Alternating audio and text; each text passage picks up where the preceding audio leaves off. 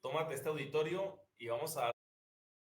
no sé, y por allí les dejo el número de WhatsApp para el que quiera de una vez inscribirse. Y no siendo más por el día de hoy, no mentiras, apenas estamos empezando.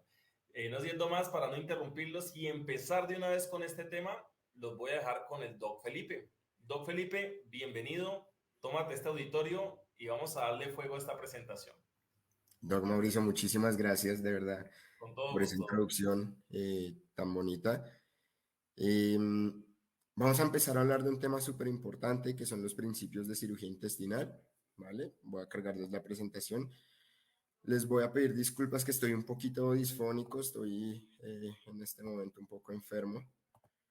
Entonces, si paro bastante a tomar agua, si me escuchan disfónico, pues les pido una disculpa, pero con la mejor disposición para que la charla salga muy bien, ¿vale? Entonces, continuamos en estas capacitaciones de cirugía de tejidos blandos, ¿vale? Y nos preguntamos, ¿dónde está el éxito de la cirugía intestinal? ¿O dónde está el fracaso también de la cirugía intestinal? ¿Por qué fracasa? ¿Ya? Esa es la conclusión que yo quiero que nos llevemos el día de hoy. No sé si sabían que la gran mayoría de las fallas en cirugía intestinal son consecuencia de no respetar los principios quirúrgicos de la cirugía intestinal, ¿sí? La anatomía, la vascularidad.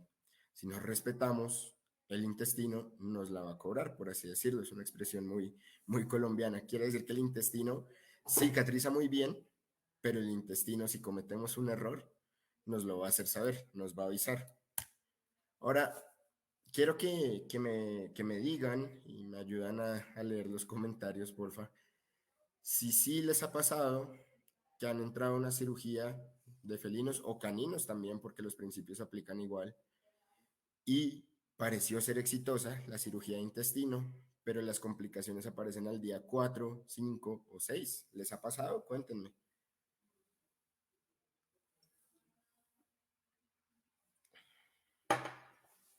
¿Qué nos dicen en los comentarios, Doc?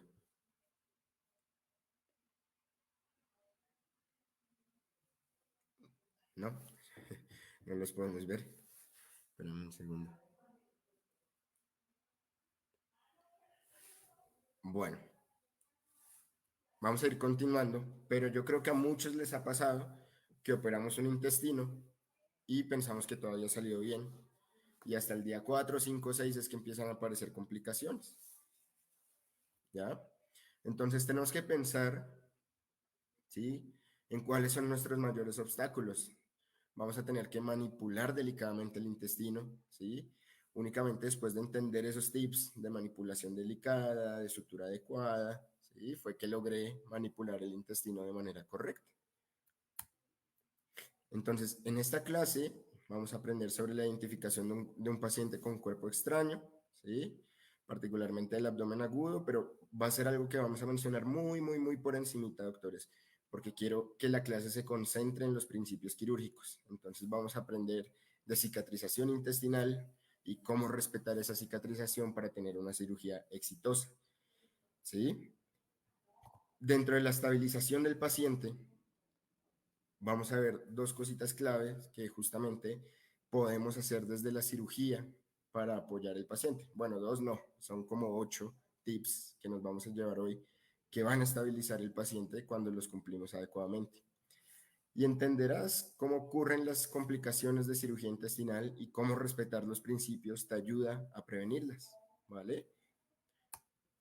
Vamos a empezar por conocer el paciente felino con cuerpo extraño, ¿sí? Principalmente nos debe llamar la atención el vómito, ¿vale? Casi siempre el vómito es el primer signo principal de una obstrucción por cuerpo extraño, ya sea parcial o sea total. Pero cuidado con dos consideraciones. Uno, el vómito no significa cuerpo extraño, ¿sí? Y dos, los gatos desarrollan menos signología clínica que los perros o la pueden generar de manera más tardía.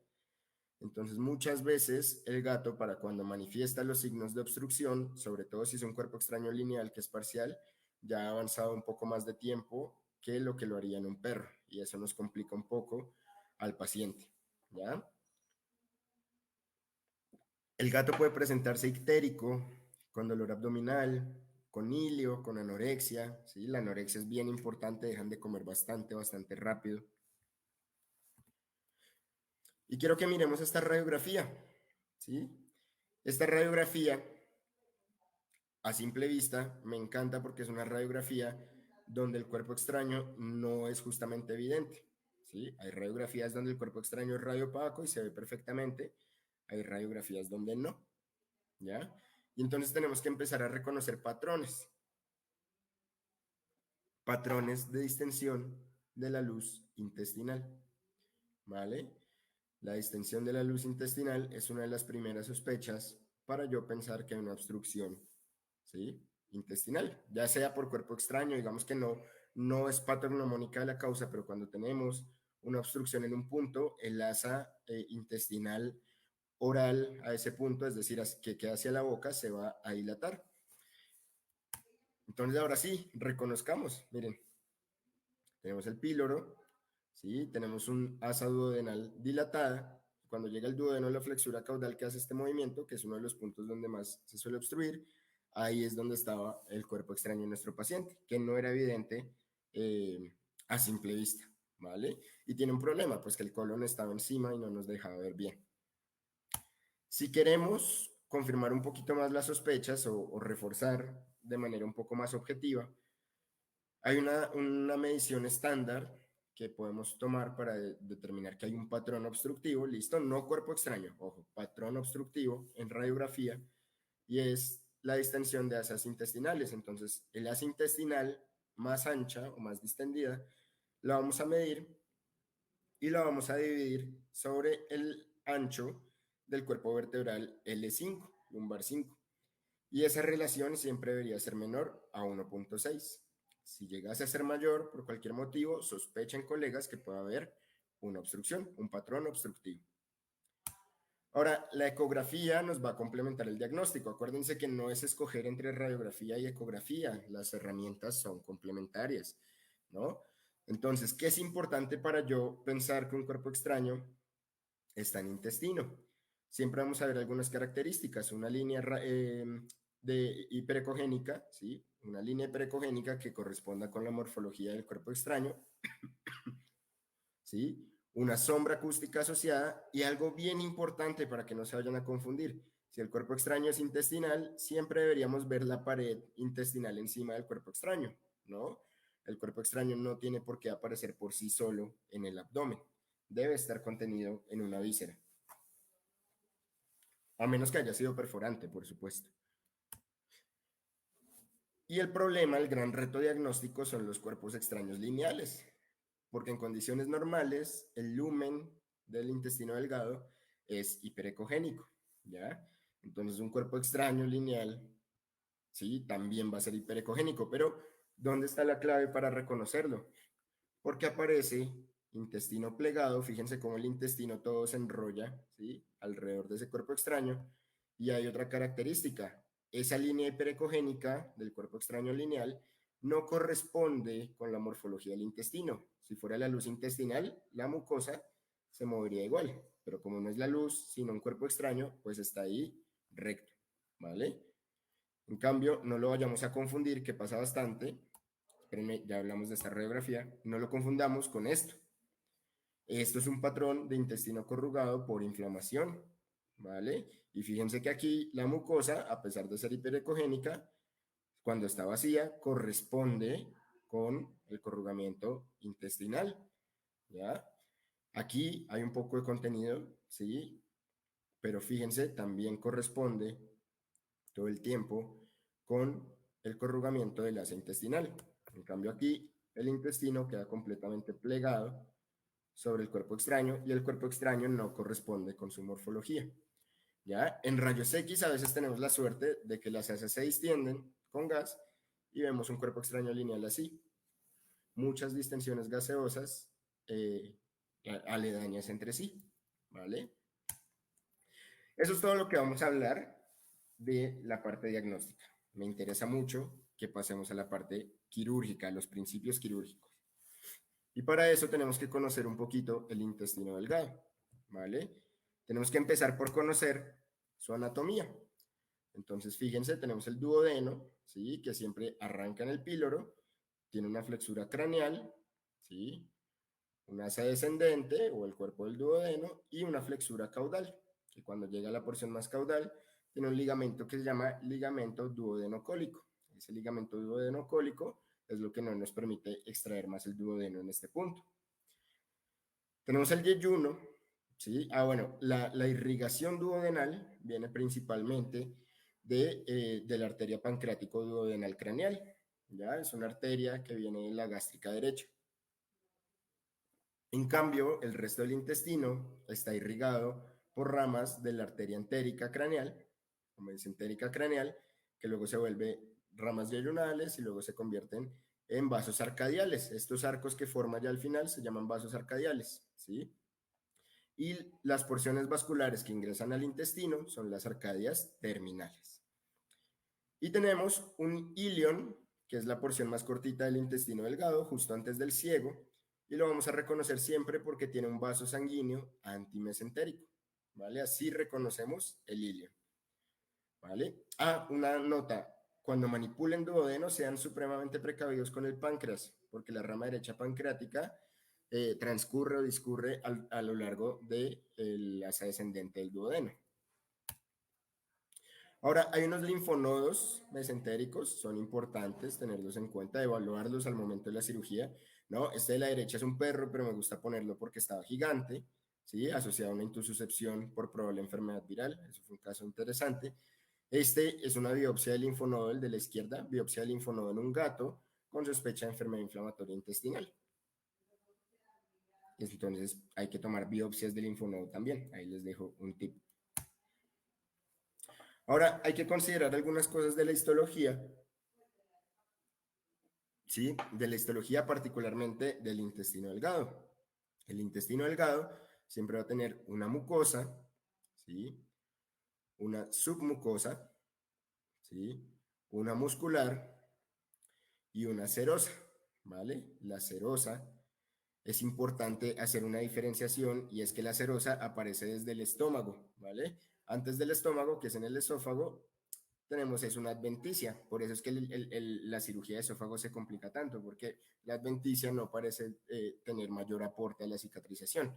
La serosa por un lado sí, ¿vale? ¿Por qué es importante reconocer estas capas? Por dos razones. Siempre la tensión de la sutura está en la submucosa, o sea que siempre nuestra sutura debería atrapar la submucosa del intestino. Y dos, para que tomemos decisiones sobre el patrón de sutura, que ya lo vamos a ver. Pero antes tenemos que conocer un poquito sobre la cicatrización intestinal, ¿vale? Entonces, fíjense, vamos a hablar de la cicatrización intestinal. Esta fotico es de una enteroanastomosis que hizo un gato. Entonces, ahorita vamos a hablar un poquito más. Pero importante reconocer que la inflamación tiene unas fases. Una fase inflamatoria, ¿sí? Que arranca en los primeros 4 días e inicia con una migración celular. ¿Quiénes llegan de primeras? Las plaquetas.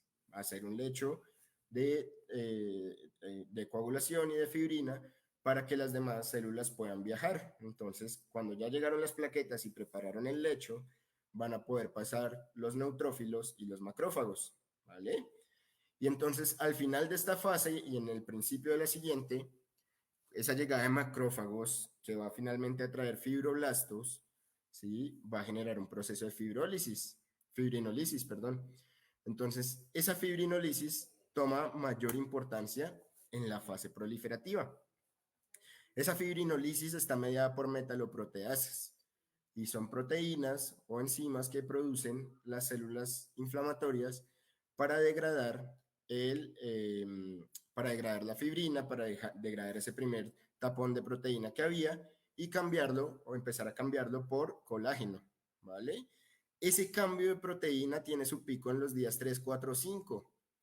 Por eso, colegas, es que las dehiscencias de intestino más comúnmente aparecen en los días 3, 4 y 5, porque cuando hay ese cambio de proteína, ese cambio estructural, es cuando mayor es la debilidad de la herida y donde nuestro material va a ser todo lo que sostiene la anastomosis o la enterotomía que hayamos realizado, ¿vale? Entonces, fíjense la importancia de conocer este tipo de cosas, ¿vale?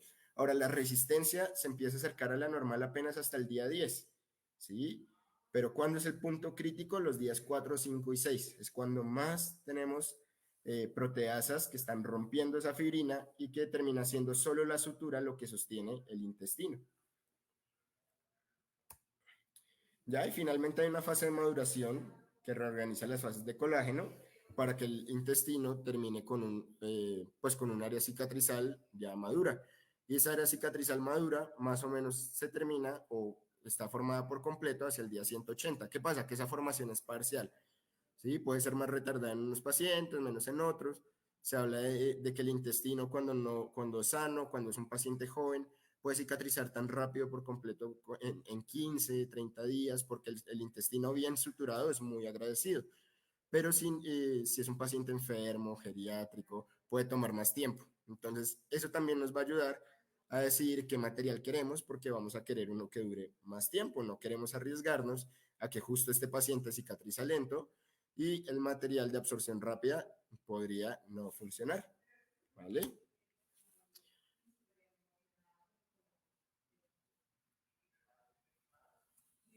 Entonces, vamos a respetar la anatomía y la cicatrización y vamos a tener que tomar varios tips para que eso se haga efectivo dentro de la cirugía. Lo primero, instrumental adecuado. Ya les había hablado un poquito de esto cuando hablamos del gato traumatizado, ¿vale? Pero importantísimo tener las herramientas adecuadas para generar o para no generar más bien lesión al tejido cuando lo estemos trabajando. He visto mucho cuando se está aprendiendo a trabajar intestino, ¿sí? Que de pronto lo agarran con una pinza Adson con garra, peor todavía, y desgarran el acero muscular. Y dicen, no, ¿y por qué se le dice pasito? Pues es que el intestino es muy delicado y más en un gato, ¿ya?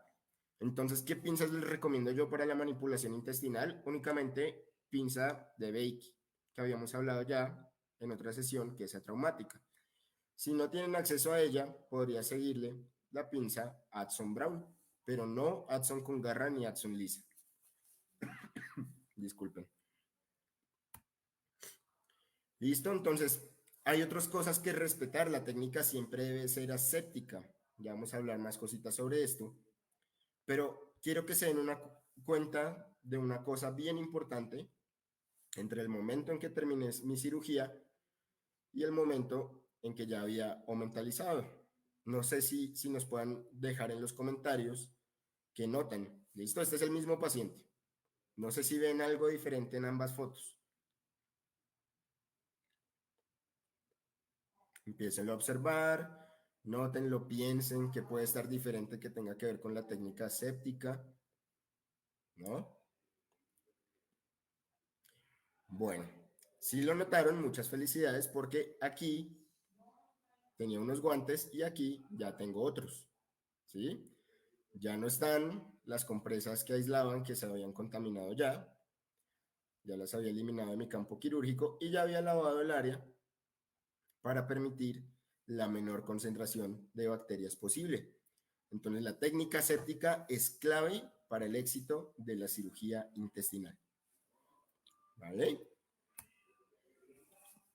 Ahora, dentro de esa técnica séptica podemos hacer un lavado, ¿vale? Y posteriormente podríamos dejar un drenaje. ¿De qué depende la decisión de dejar o no un drenaje?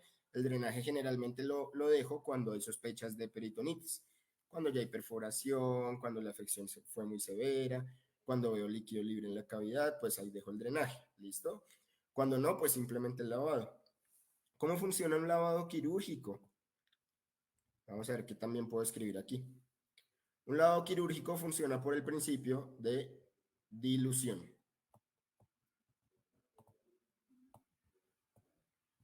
¿Sí? Uy, está como difícil. Bueno, funciona por el principio de dilución, ¿vale? Entonces, ¿qué es importante que tengamos en cuenta de ese principio de dilución?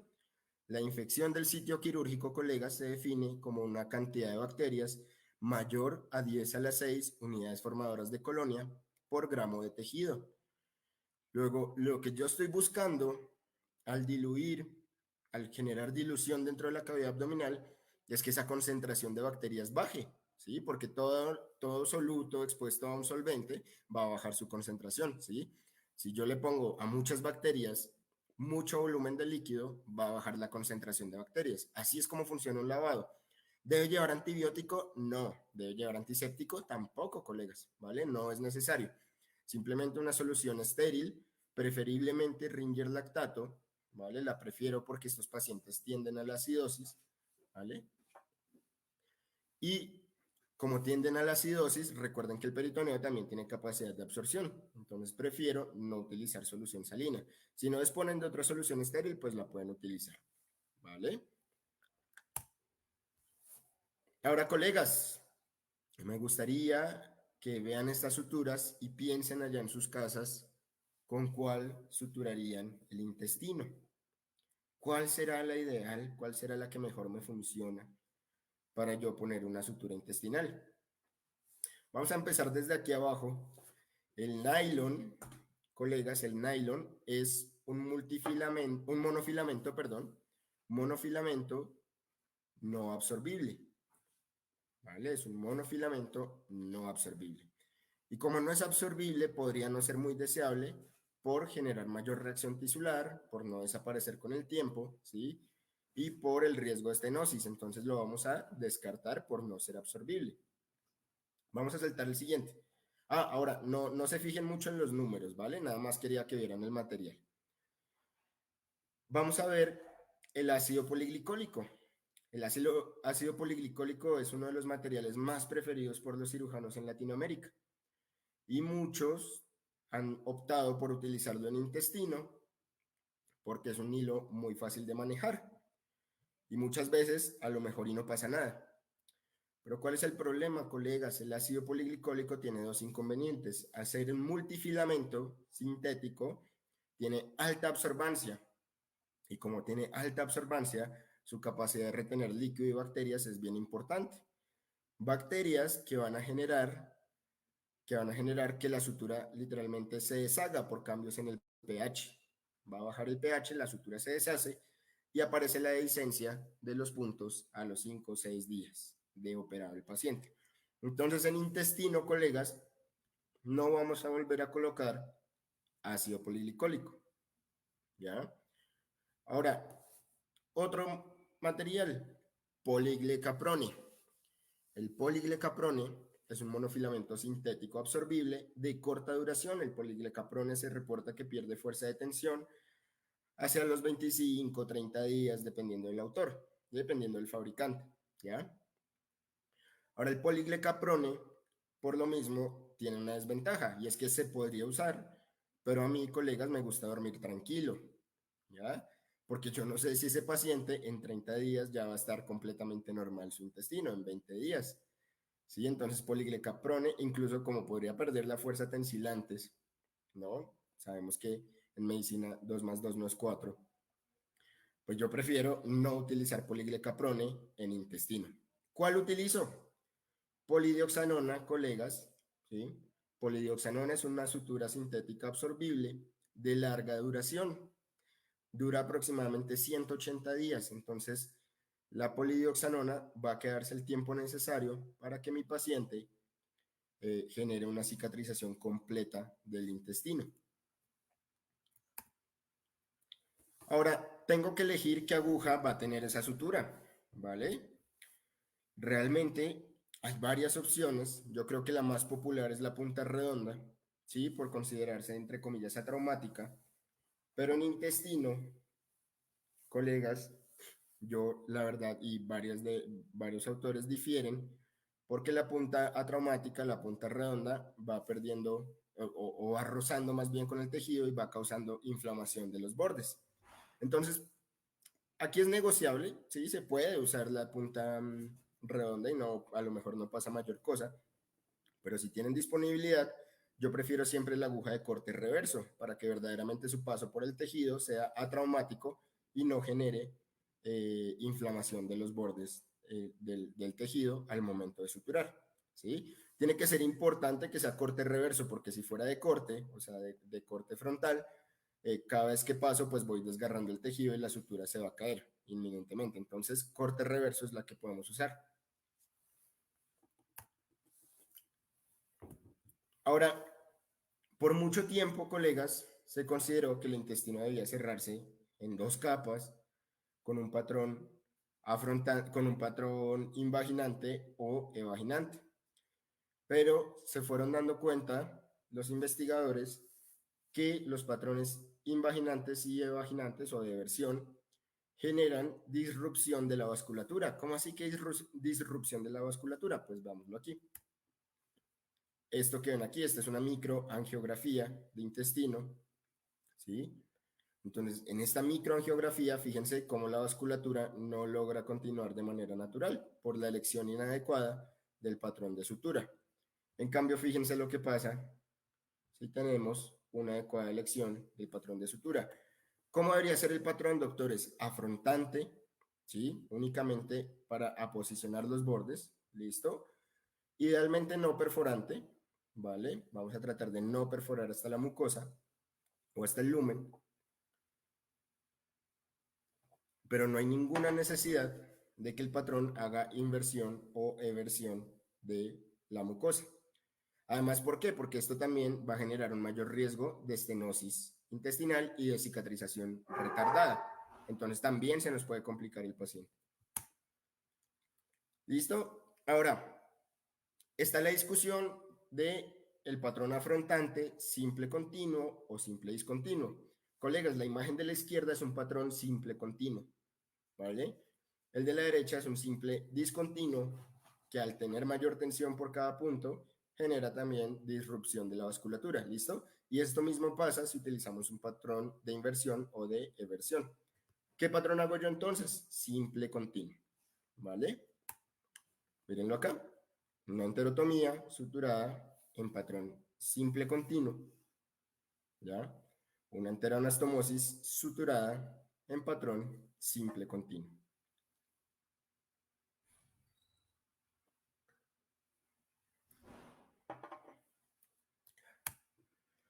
Ahora, tenemos que respetar el aporte vascular y eso es particularmente importante para las anastomosis intestinales. ¿Listo? Y para la toma de decisiones al extraer un cuerpo extraño. Lo primero, la fisiopatología de una obstrucción nos dice que la mayoría de problemas ocurren en el borde oral, es decir, hacia craneal, hacia la boca del cuerpo extraño. ¿Listo? Entonces, como esta mucosa va a estar inflamada, va a estar lesionada, podría estar hasta desgarrada, ¿sí? Vamos a hacer nuestra incisión, o vamos a decidir, si fuéramos a hacer una enterotomía, hacerla en el borde oral del intestino, perdón. Ya, entonces vamos a decidir hacerla en el borde oral del intestino. Nunca en el borde oral, porque es una mucosa más inflamada, es una mucosa que ya se distendió, que ya sufrió un proceso patológico y que probablemente tenga más riesgo de generar complicaciones. Ahora, si fuésemos a hacer una anastomosis, hay que tener mucho cuidado con el respeto de la vasculatura. ¿Sí? ¿Se acuerdan que les decía que hay unos vasos arcadiales, ¿sí? Unos vasos yayunales? Entonces, importante para tomar la decisión de dónde voy a cortar, yo tengo que evaluar que respete lo mejor posible, ¿sí? El segmento que voy a dejar sano. O sea, donde yo vaya a dejar sano, tiene que llegar el vaso completo, miren, ¿sí? ¿Ven aquí? Viene el vaso, viene la arcadia, y vienen las arcadias terminales y llegan completas al intestino. ¿Dónde ligo? Si voy a quitar esta porción, ligo aquí para quitar la irrigación de toda esta zona. ¿Dónde más ligo? Si esta base arcadial solamente está llegando a esta porción, voy a ligar aquí para quitar la irrigación de toda esta zona. Y aquí, a este lado, ojo, me tengo que acercar entonces con mi corte a la siguiente arcadia, ¿no? Para asegurarme de que esto conserve una buena vascularización. Si yo me voy muy a la...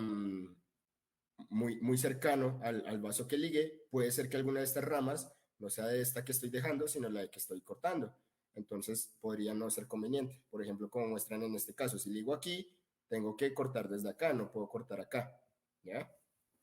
Un tip bastante práctico que les puedo dar es que evalúen, pongan sus ligaduras y van a empezar a notar cambios en la coloración del intestino, porque el intestino, la porción que dejan sin irrigación, se va a poner isquémica. Entonces, como va a cambiar de color, ahí van a saber más o menos dónde poner sus puntos de corte, dónde van a cortar.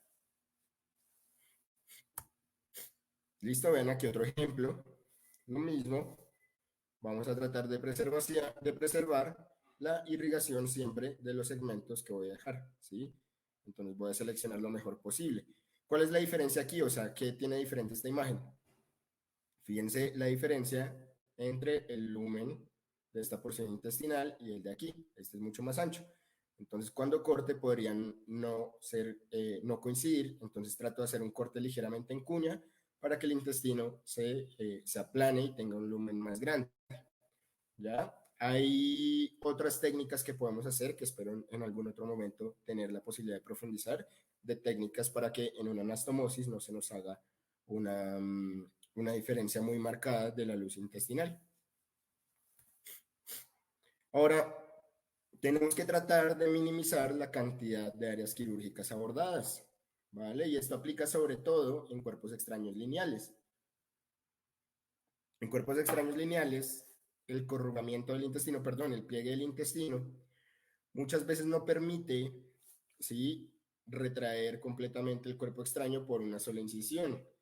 Y no lo vayan a intentar, colegas, porque van a desgarrar el intestino. Recuerden que ese intestino está completamente enrollado sobre él. Entonces tengo varias opciones, ¿sí? Empezar por incisión, a sacar lo que más pueda de material extraño, lo que más pueda, ¿sí? Pero si ya veo que voy a necesitar 5, 6, 7 incisiones, estoy aumentando con cada una el riesgo de dehiscencia. Entonces, ¿qué se puede hacer como alternativa? Enlazar el cuerpo extraño a una sonda, ¿sí? Y esta sonda pasarla por esa incisión y empezarla a conducir por todo el tracto gastrointestinal hasta el ano, para que el auxiliar que esté en la salida del ano nos ayude a retirar la sonda ya con el cuerpo extraño enganchado. ¿Listo? Esto no siempre funciona, tengan cuidado de no forzar la sonda, a veces hay que hacer más incisiones inevitablemente. ¿Listo? No vayan a forzar nada en un cuerpo extraño lineal. Ahora, debemos preservar el aumento, doctores. El aumento tiene muchísimas funciones. ¿Sí? El aumento nos trae muchísimas ventajas. Y siempre yo recomiendo cualquier cirugía intestinal o mentalizarla. ¿Listo? Le ponemos el aumento alrededor de la cinta intestinal operada, nos aseguramos de que lo envuelva completamente y lo regresamos. No hay necesidad de suturar. El aumento se va a quedar ahí porque el aumento interactúa con la membrana peritoneal, interactúa con el peritoneo. ¿Sí?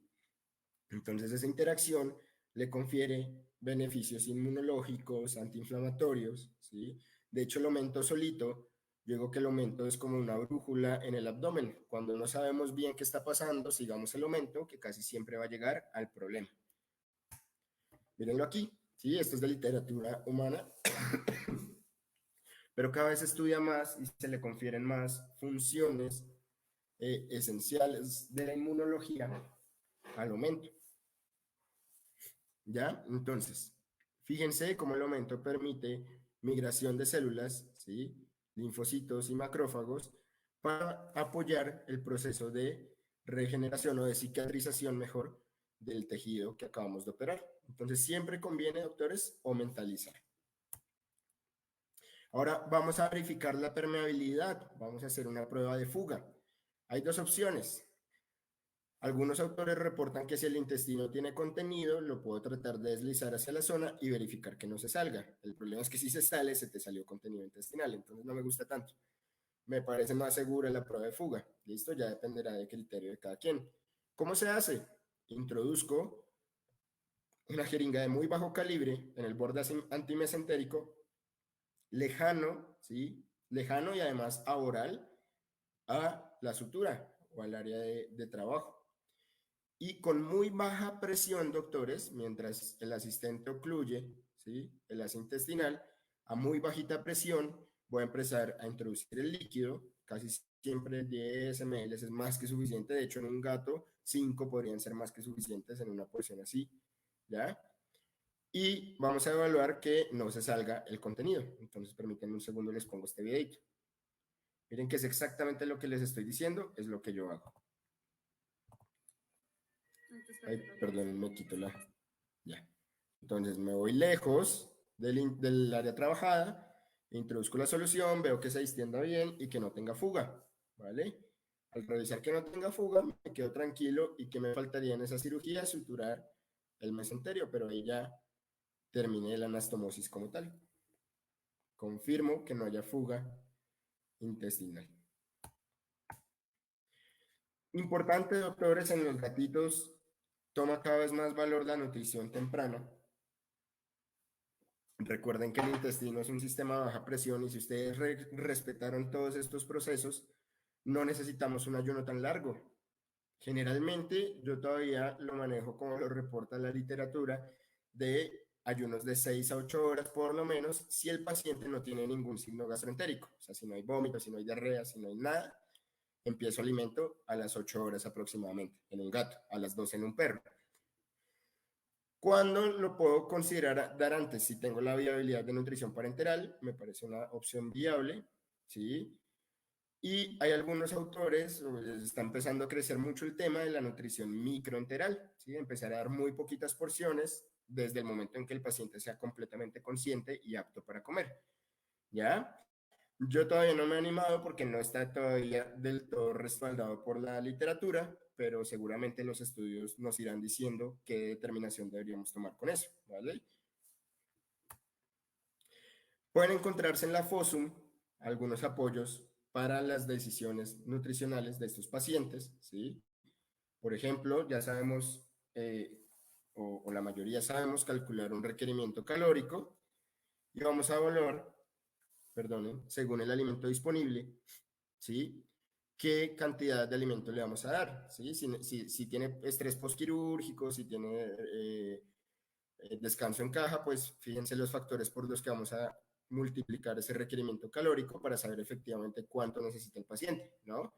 Si hay sepsis, por ejemplo, en una peritonitis, ¿cuánto es el requerimiento que le debo dar?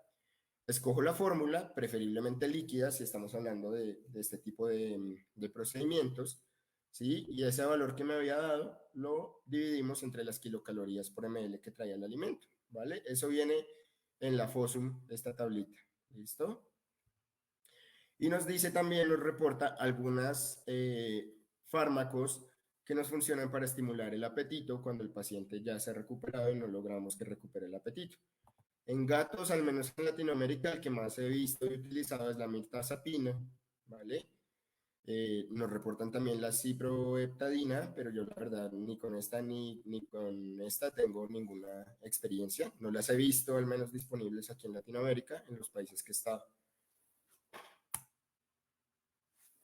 Bueno, doctores, y ahora, sabiendo eso, ya los 10 minuticos que nos quedan de charla, vamos a hablar de dos técnicas básicas, esenciales para la extracción de la mayoría de cuerpos extraños, ¿vale?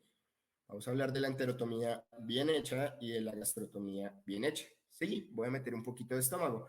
La ventaja del estómago es que si tú respetas estos mismos principios en el estómago, la cirugía de estómago es mucho más segura que la de intestino, porque el estómago tiene apenas un contenido de 10 a la 3 unidades formadoras de colonia en su mucosa, en su contenido. En cambio, el intestino tiene una concentración de más o menos 10 a la 9 unidades formadoras, 10 a la 6, perdón, unidades formadoras de colonia por gramo de tejido. Tiene muchas más bacterias y por eso es que el intestino delgado se complica más.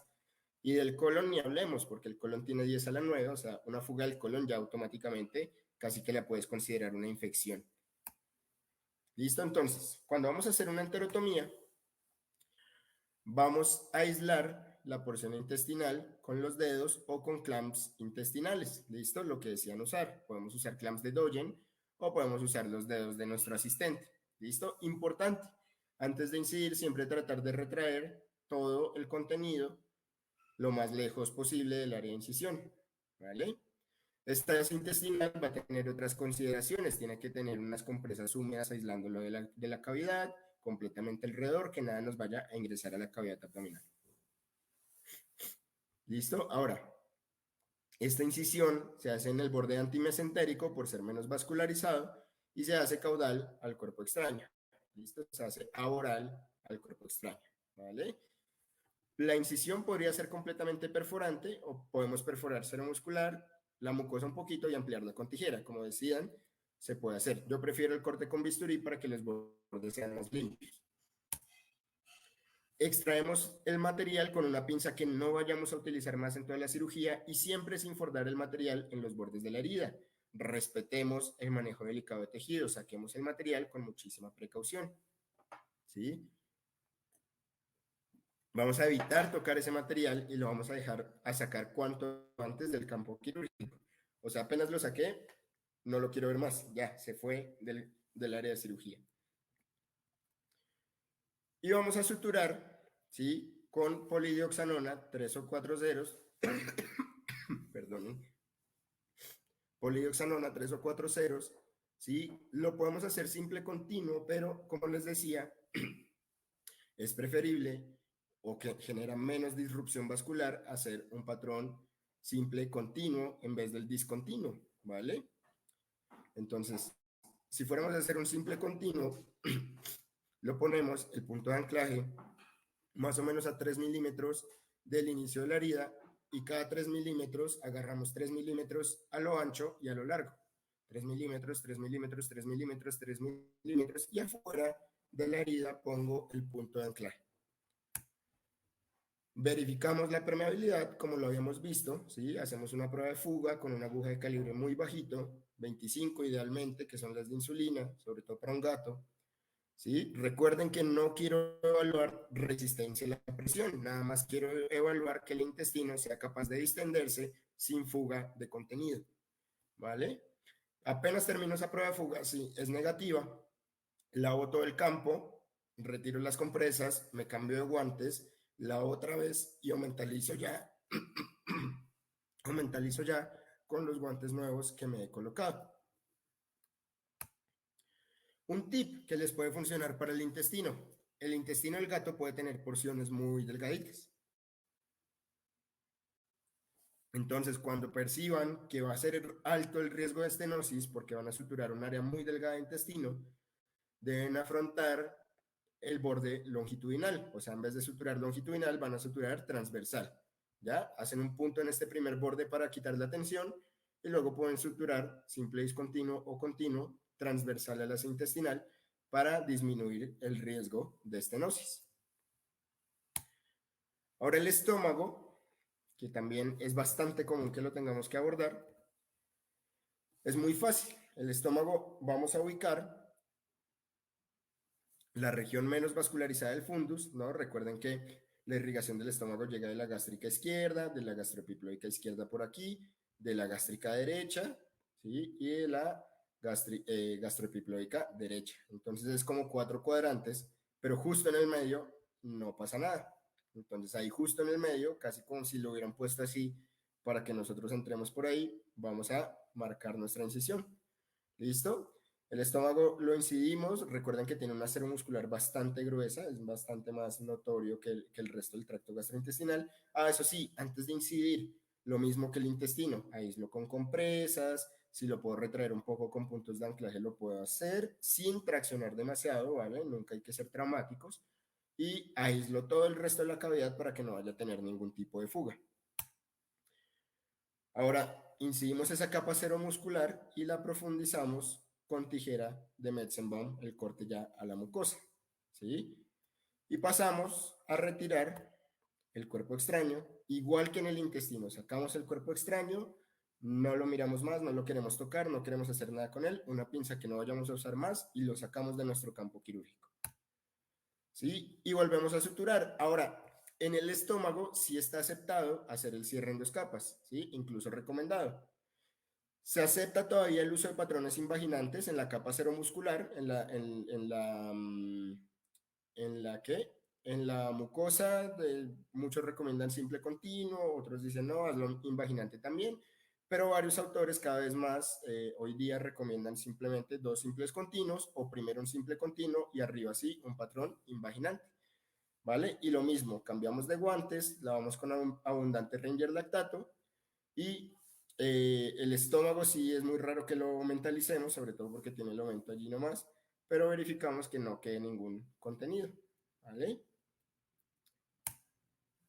Conclusiones de esta charla, doctores. Las principales complicaciones de cirugía intestinal ocurren hasta el día 4, 5 y 6 y ocurren principalmente por la pérdida en fuerza de esa herida, que es un proceso normal de la cicatrización, pero que si nosotros no elegimos bien la sutura, no elegimos bien el patrón, no respetamos los principios de asepsia, es cuando tenemos el riesgo alto de que esa cirugía se complique, ¿vale?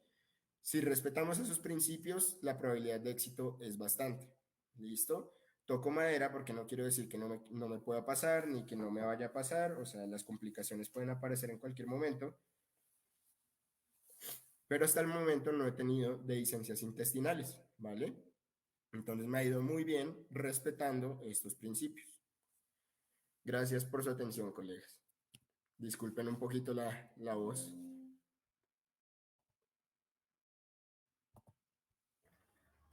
Listo, Pipe, no te agradecemos mucho. No se vayan todavía. A ver, la tenencia de grado tiene doble aval académico. Doble aval académico.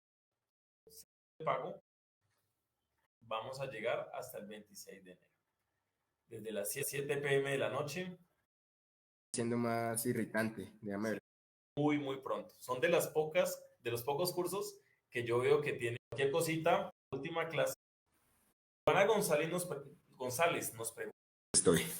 Bueno, voy a empezar a leer las que me dejaron de últimas. Chicos, si se me está pasando alguna, me la vuelven a escribir. Joana González nos pregunta, en la enteroanastomosis, ¿dónde se inicia el punto de anclaje para hacer el patrón continuo simple? Muy buena pregunta, colega. En la enteroanastomosis es la excepción a la regla. Allí sí tiene que quedar encima de la herida, por supuesto. La enteroanastomosis por tiempo no la conversamos porque es una técnica un poquito más avanzada. Pero el tip que yo te doy o lo que yo utilizo es que, a ver cómo trato de explicarte. Mira, vamos a suponer que estos dos paños que tengo aquí son el intestino. ¿Listo? Entonces, ¿qué vamos a poner siempre de primeras? El punto mesentérico. Entonces, un punto que va a unir los bordes por donde viene el mesenterio, por el borde mesentérico. Pero ese punto lo vas a dejar con una cola de sutura larga. ¿Listo? Le haces 5 o 6 lazadas y ya está. Y luego vas a poner otro punto en el borde antimesentérico que te va a pegar ambas porciones intestinales. ¿Sí? Cuando ya lo tienes de esa forma, este punto de arriba no lo has cortado, eso es para hacer un simple continuo. Entonces te queda hacia el cirujano para que sutures, ¿sí? Desde arriba hacia abajo, terminas la sutura anclando en el primer punto que habías dejado y con pinzas mosquito giras el intestino y suturas el otro lado.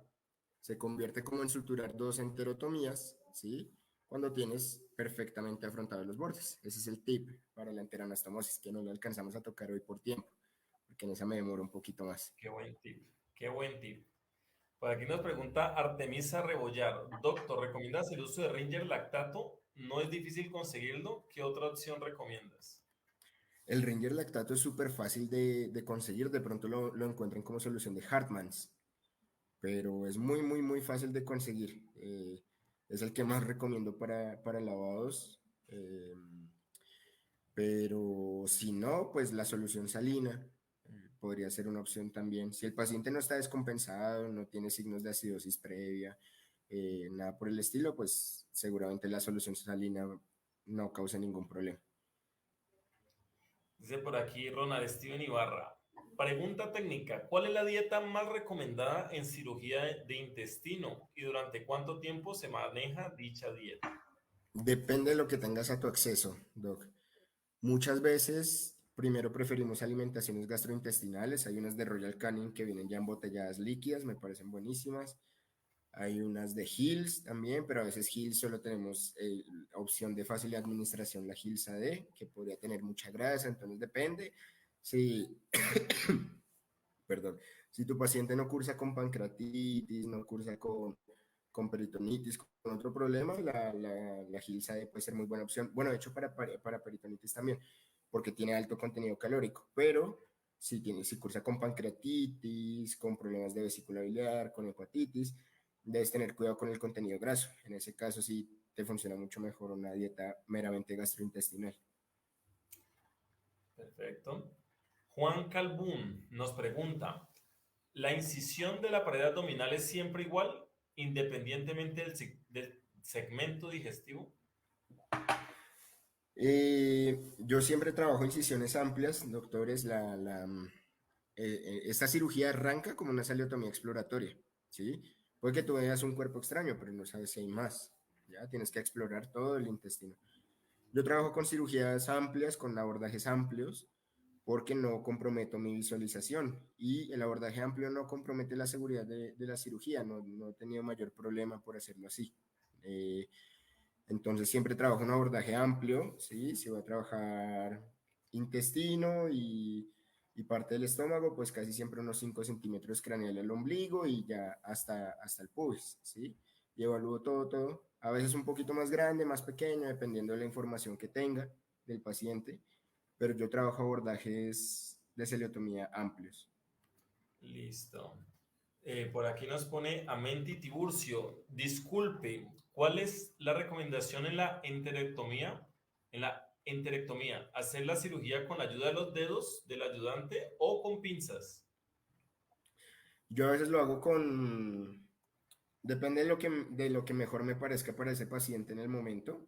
Eh, Porque a veces las pinzas pueden ser traumáticas igual para el intestino, si hay enfermedad inflamatoria intestinal. Me pasó una vez que la pinza causó lesión eh, y la tuve pues que reparar, tuve que quitar ese segmento también.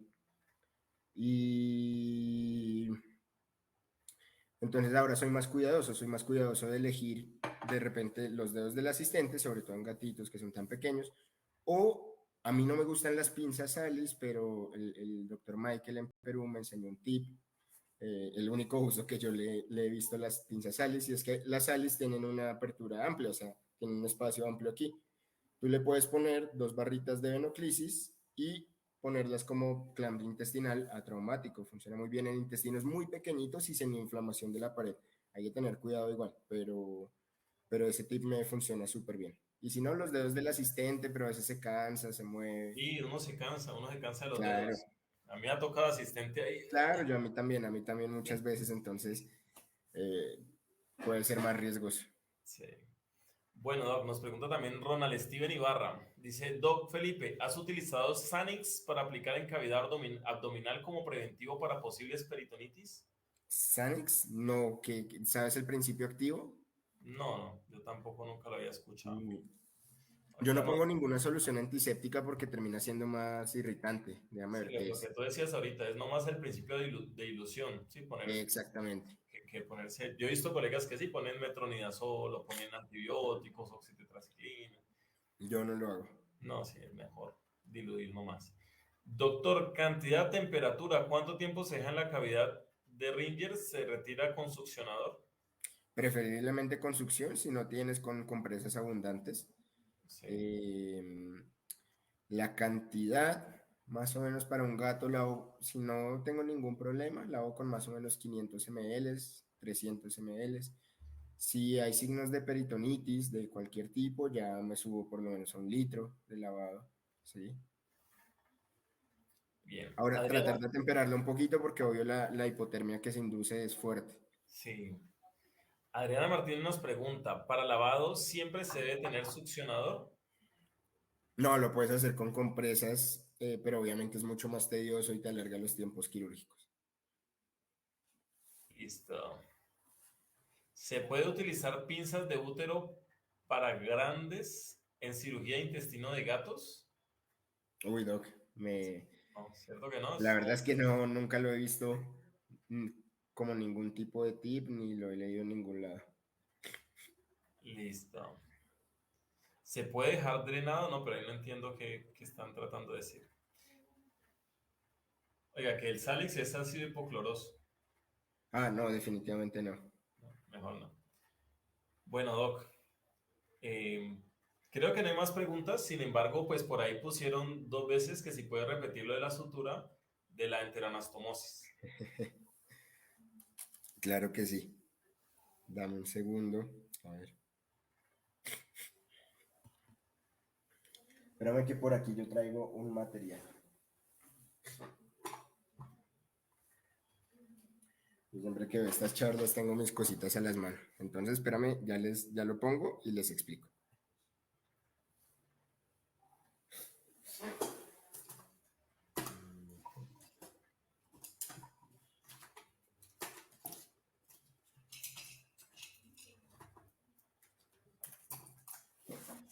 Entonces, déjame lo pongo. Yo de antemano le agradezco a las personas que se quedaron hasta el final. Sé que por la hora y por el tema puede ser un poquito denso y se están regalando, diciendo Felipe al final de la charla y que ustedes tuvieron la valentía de quedarse hasta acá. Está un segundo, ya la pongo y ya. Dale.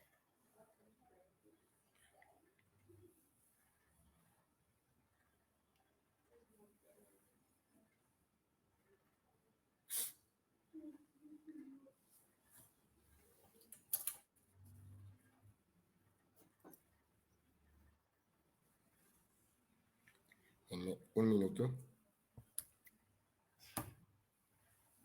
Bueno, por ahí mis seguidores me están preguntando cómo está Mara. Ahorita se las muestro. Así, si viene por acá, que a veces viene, a veces no. La voy a traer a las malas para que la salude.